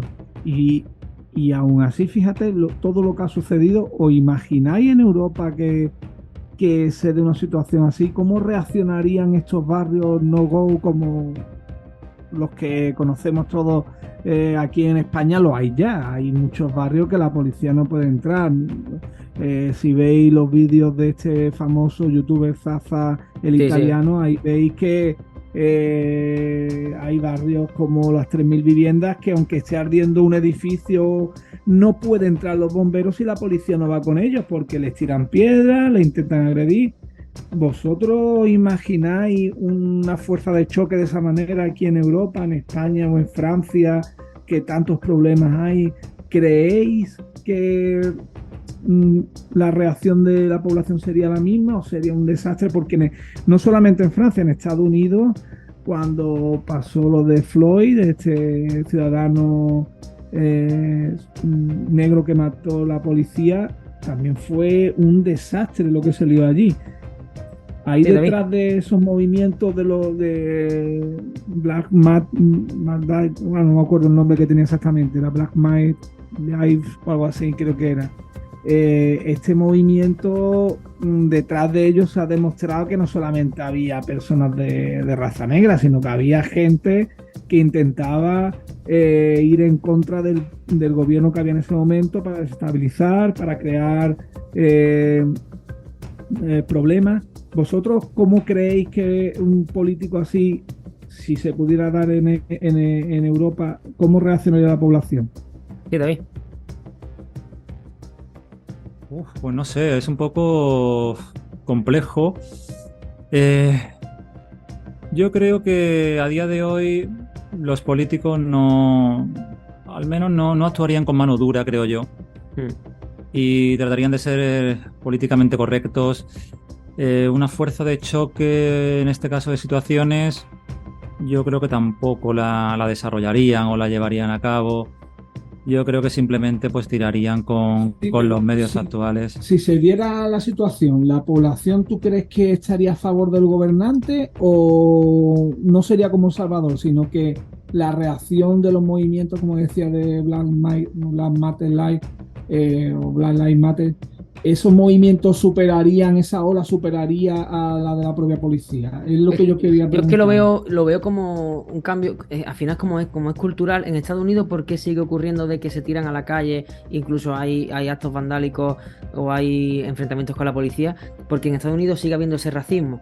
Por suerte en Europa, sobre todo en Occidente, estamos muy, no sé, creo que estamos demasiado integrados todos, me alegro, vamos, además, lo digo desde el buen sentido, estamos demasiado integrados todos como para que culturalmente no estamos preparados ni para que nos ocurra una situación como la de Latinoamérica, incluso ni para que ocurra como la que está ocurriendo en Estados Unidos. Entonces, no sé decirte cómo actuaríamos nosotros, pero es verdad que estoy más con David, actuaríamos siempre desde el diálogo, siempre desde las organizaciones que luchan por los derechos humanos. Lo que sí tengo claro es que ante medidas desesperadas, ¿no? Ante situaciones desesperadas, medidas desesperadas. Es un poco como Ucrania, ¿no? Estamos en Occidente, estamos en países desarrollados, tú vienes a quitarme mi territorio, vamos a la guerra y tiramos los tanques. Europa en guerra. Bueno, pues sí, es que si vienes a tocarme lo mío, pues yo me tengo que defender, porque si no tengo que ceder ante una dictadura, ¿no? Que me quieres arrebatar. Ya lo encontraremos si lleva razón Rusia o lleva razón Ucrania. Pero extrapolándolo hacia una guerra, la que ha hecho Bukele es una guerra de pandilleros, en la que con la policía y los militares te vale para arrestarlo, y la que ocurre en Ucrania pues ya es una guerra a nivel ya geopolítico.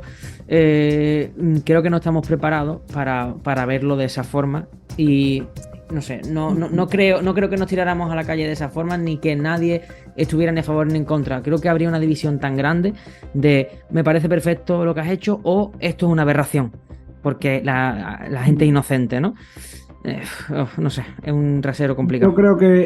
Yo creo personalmente en España y en Occidente hay tanto bienquerismo que no creo que secundaran una cosa así, pero ojalá que nunca nos veamos en una situación por el estilo.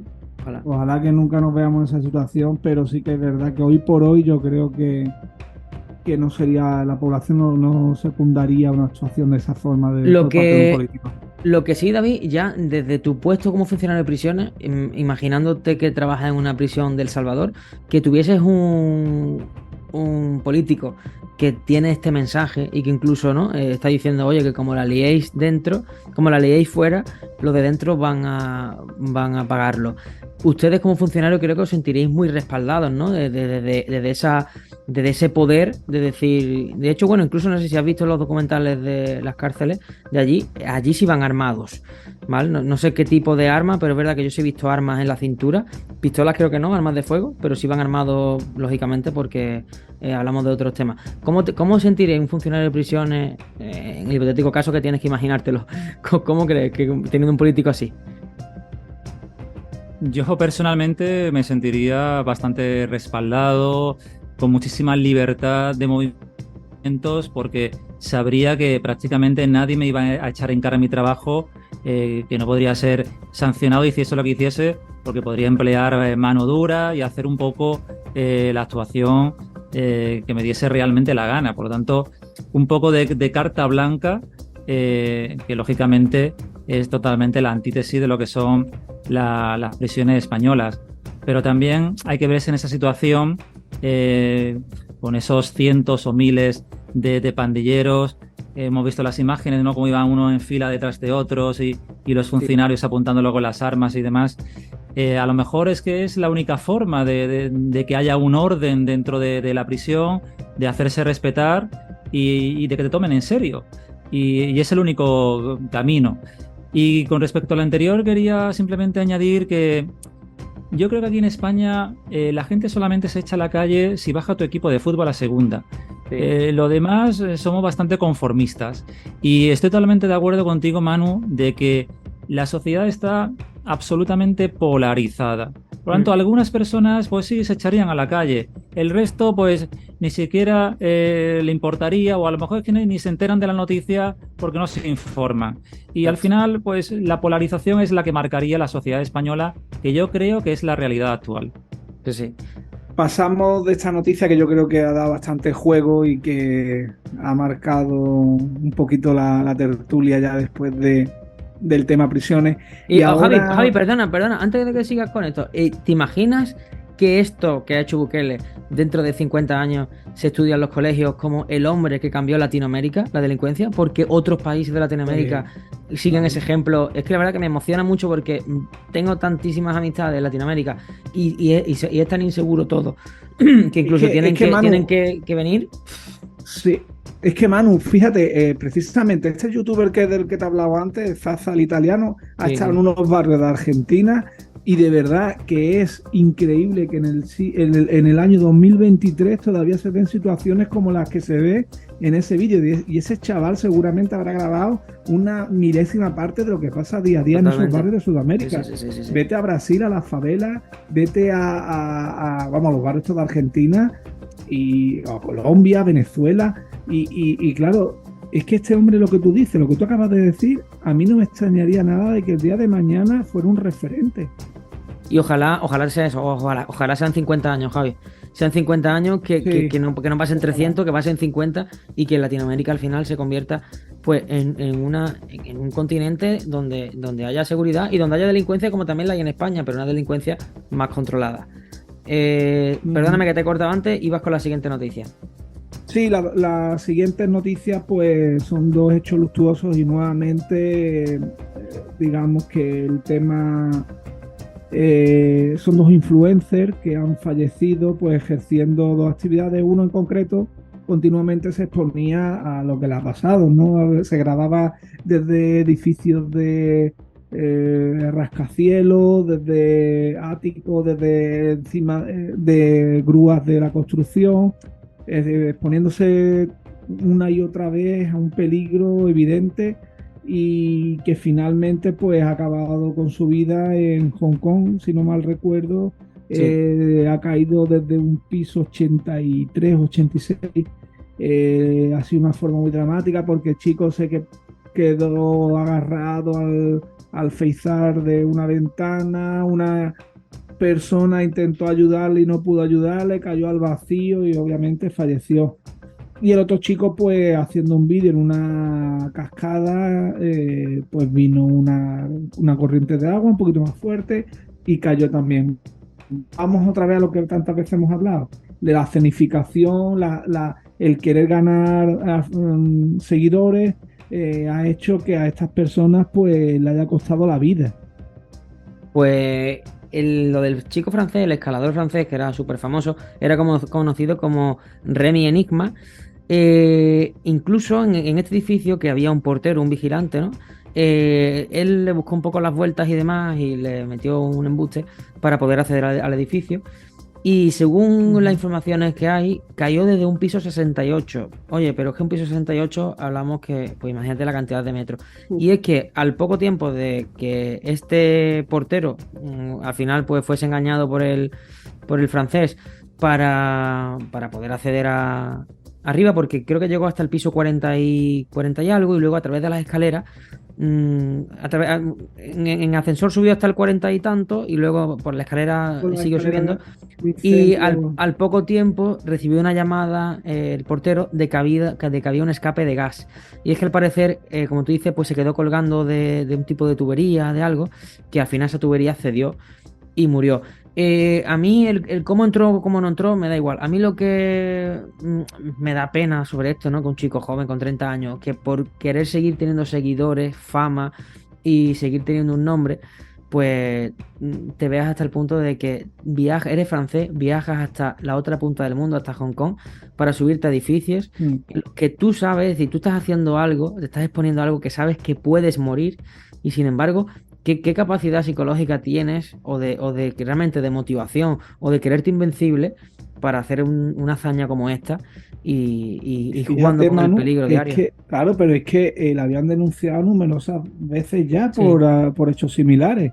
las imágenes de los vídeos que él publica, la verdad que te cortan el hipo, vamos, de unas alturas tremendas. Pero Antenas de cobra más dinero por las reproducciones que al final la multa. Entonces prácticamente le sale gratis Claro, el que lo denuncia.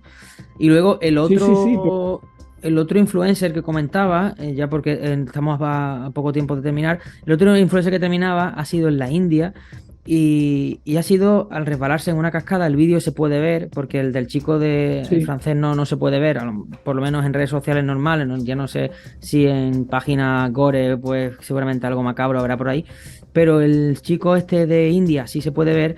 Y la pena es que dicen testigos que él ya tenía en la catarata donde él se había puesto, en la piedra donde se había puesto porque iba a grabar la corriente del agua, cómo cae y demás, él ya había grabado la toma, pero al verla vio que le faltaba un poco de luz, que tal, entonces volvió a ponerse en esa piedra que finalmente es la fatídica donde recibe el resbalón.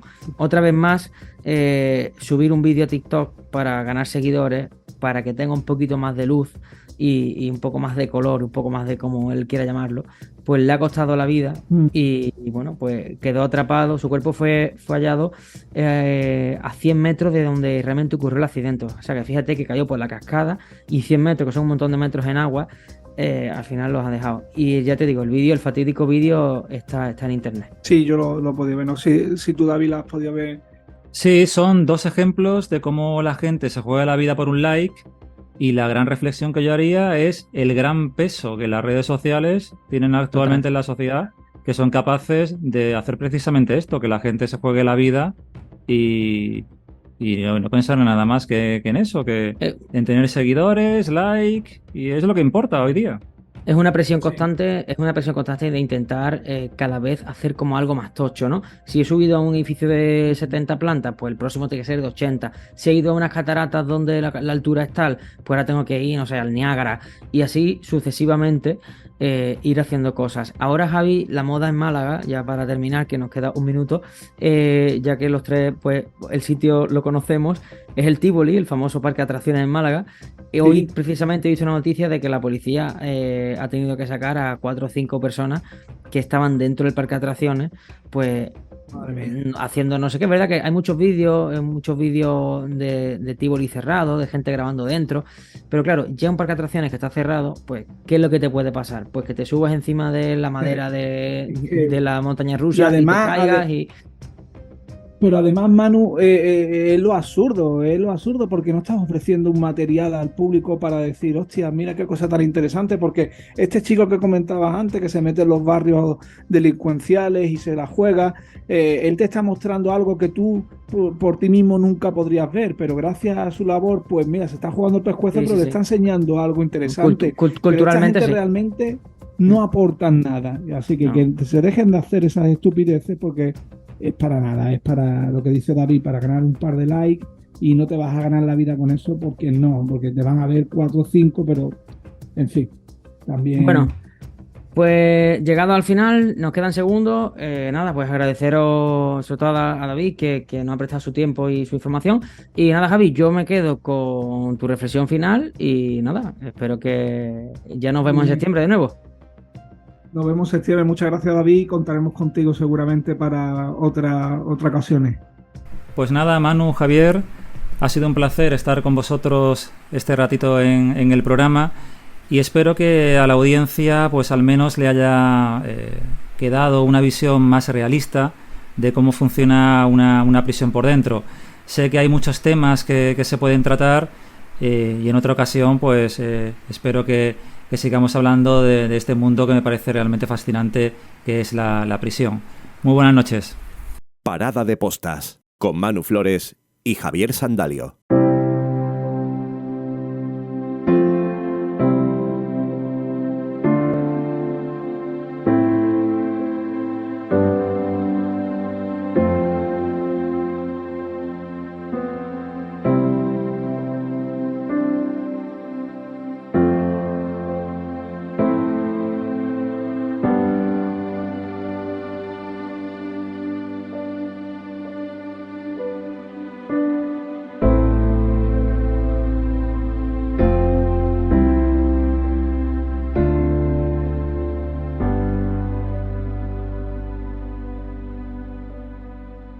El cierre de hoy no es solamente el cierre del programa, sino el de la primera temporada.